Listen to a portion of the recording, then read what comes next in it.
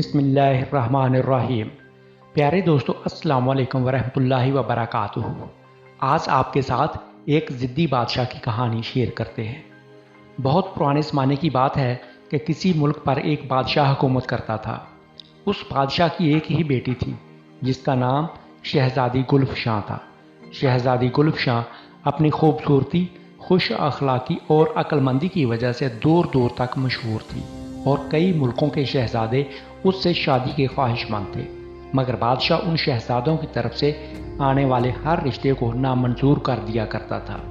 یہ بات نہیں تھی کہ وہ شہزادے خوبصورتی یا بہادری میں کسی سے کم تھے، بلکہ بادشاہ کے پاس ان رشتوں سے انکار کی صرف ایک ہی وجہ تھی کہ شہزادی گلفشاں چونکہ اس کی اکلوتی بیٹی تھی اور وہ اس سے بہت محبت کرتا تھا، اس لیے وہ نہیں چاہتا تھا کہ اس کی لاڈلی بیٹی کی شادی کسی دور دراز ملک کے شہزادے سے ہو جائے اور وہ اس سے جدا ہو کر دور چلی جائے۔ بادشاہ نے دل میں سوچ رکھا تھا کہ اس کی شادی اپنے ملک کے ہی کسی اچھے سے نوجوان سے کر دے گا اور اس کا محل اپنے محل کے برابر میں بنوا دے گا تاکہ وہ دونوں اس میں رہ سکے۔ اس مقصد کے لیے اس نے نہایت ماہر معماروں سے محل کی تعمیر بھی شروع کروا دی تھی۔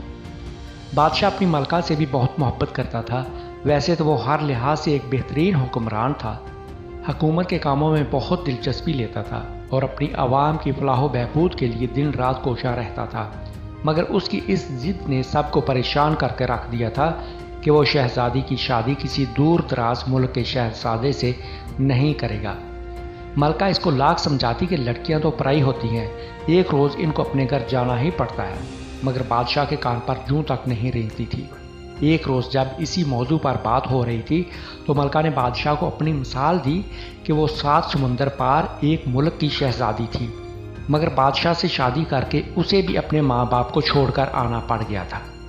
بادشاہ اس بات پر قائل تو کیا ہوتا، مسکرا کر بولا، ملکہ، اگر آپ کے ابا بھی آپ سے اتنی محبت کرتے جتنی کہ ہم شہزادی گلفشاں سے کرتے ہیں تو وہ بھی آپ کو بیاہ کر اتنی دور نہ بھیجتے۔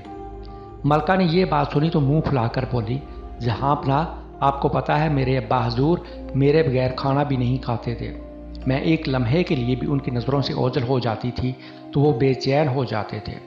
بادشاہ کو احساس ہو گیا تھا کہ اس کے منہ سے ایک نامناسب بات نکل گئی ہے جس سے ملکہ کی دل آزاری ہوئی ہے۔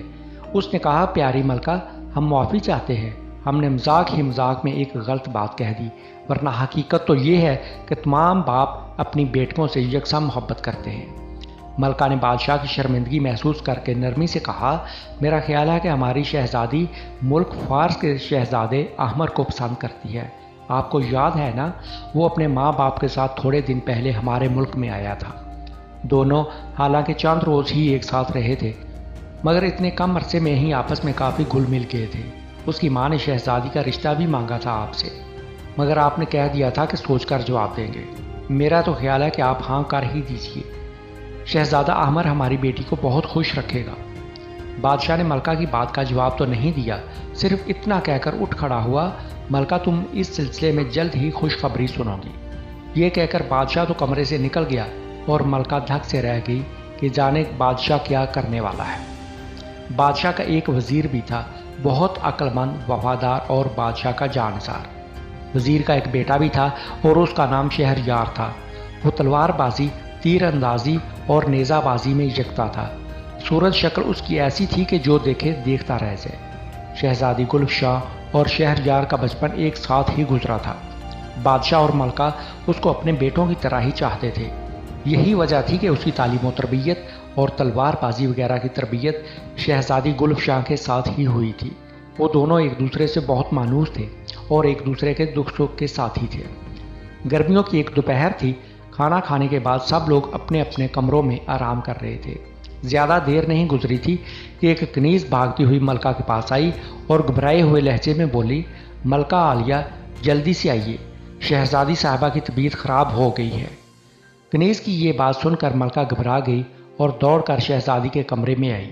اس نے دیکھا شہزادی گلفشاں آنکھیں بند کیے اپنے بستر پر لیٹی ہوئی ہے۔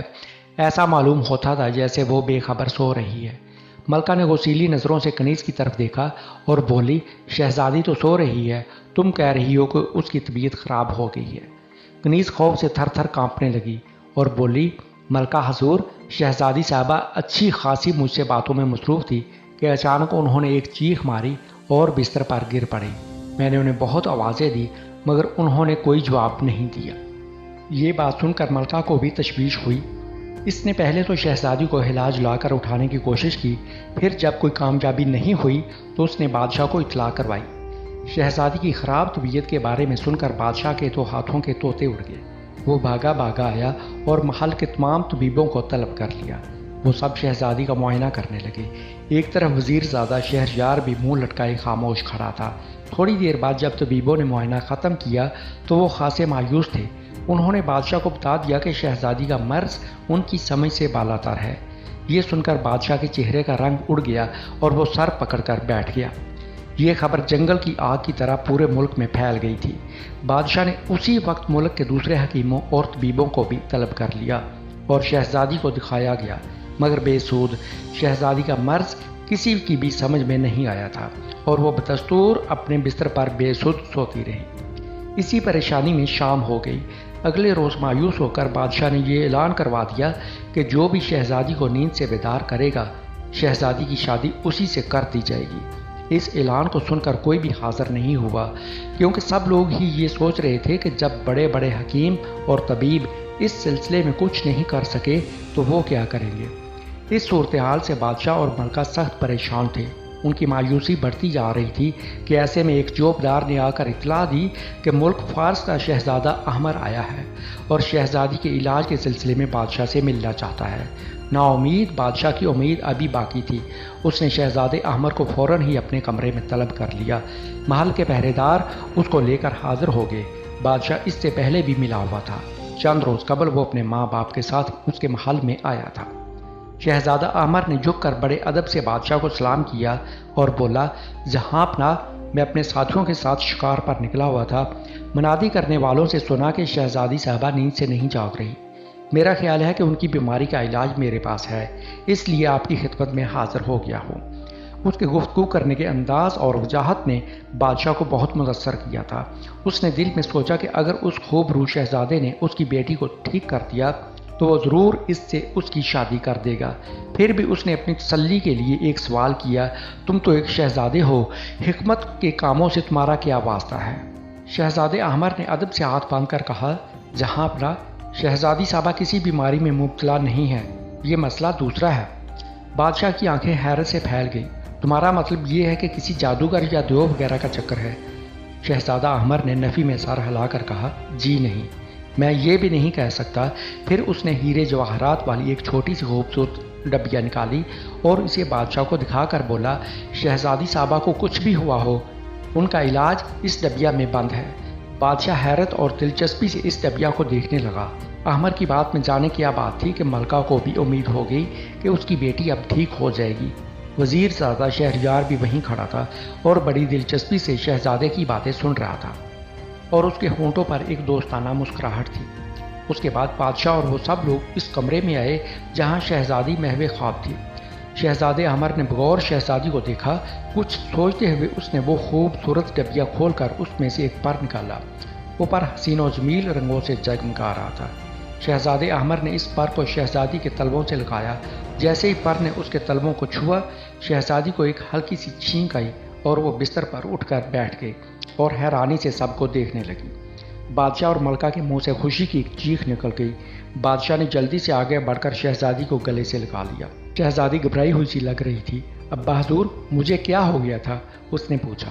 کچھ نہیں میری بیٹی، تم بالکل ٹھیک ہو۔ پھر بادشاہ نے شہزادہ احمر کا ہاتھ پکڑ کر کہا، شہزادے، ہم تمہارا یہ احسان زندگی بھر نہیں بھولیں گے۔ یہ خبر تھوڑی ہی دیر میں پورے ملک میں پھیل گئی تھی۔ اس خوشی میں بادشاہ نے غریبوں کے لیے کھانے کے منہ کھول دیے تھے۔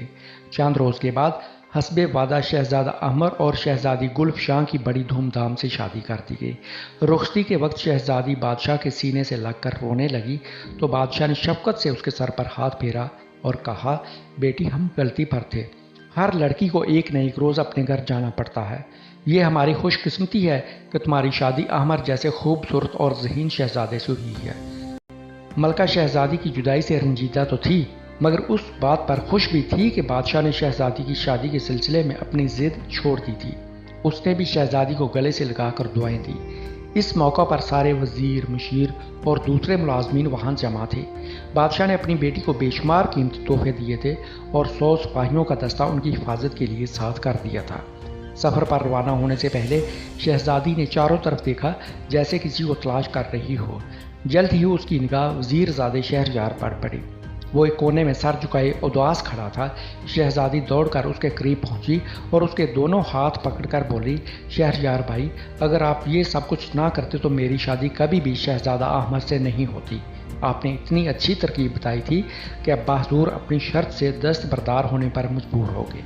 شہریار مسکرا کر بولا، میں نے بہت ساری کہانیوں میں سن رکھا تھا کہ کوئی شہزادی جب کسی بڑی مصیبت میں پھنس جاتی تھی تو بادشاہ سلامت یہی اعلان کرواتے تھے کہ جو شہزادی کو اس مصیبت سے نجات دلائے گا اس کی شادی شہزادی سے کر دی جائے گی۔ میں نے یہ منصوبہ بنایا تھا کہ تم جھوٹ موٹ کی سوتی ہوئی بن جاؤ اور شہزادہ احمد تمہیں ٹھیک کر دے۔ اس نے بھی بڑی مہارت سے اپنا کام کیا تھا۔ بادشاہ سلامت کو بھی ذرا بھی شک نہیں ہو سکا تھا۔ اب تم سے یہی کہنا ہے کہ وہاں جا کر ہمیں بھول نہیں جانا۔ اس کی بات سن کر شہزادی نے اداسی سے کہا، میں ابا حضور کو، امی حضور کو اور شہریار بھائی آپ کو کیسے بھول سکتی ہوں؟ یہ کہتے ہوئے اس کی آنکھوں سے 2 آنسو ڈھلک گئے۔ شہزادہ احمد بھی ان کے قریب آ کر کھڑا ہو گیا تھا۔ اس نے کہا، شہریار تم ایک اچھے اور سچے دوست ہو۔ تم اگر وہ ترکیب نہ بتاتے اور میری شادی شہزادی سے نہ ہوتی تو میں خود سچ مچ کا سوتا شہزادہ بن گیا ہوتا۔ تمہارا یہ احسان میں زندگی بھر نہیں بھولوں گا۔ یہ کہہ کر اس نے شہریار کو گلے سے لگا لیا۔ شہریار نے شہزادی کے سر پر ہاتھ پھیرا اور پھر یہ قافلہ شہزادی کو لے کر پردیس روانہ ہو گیا۔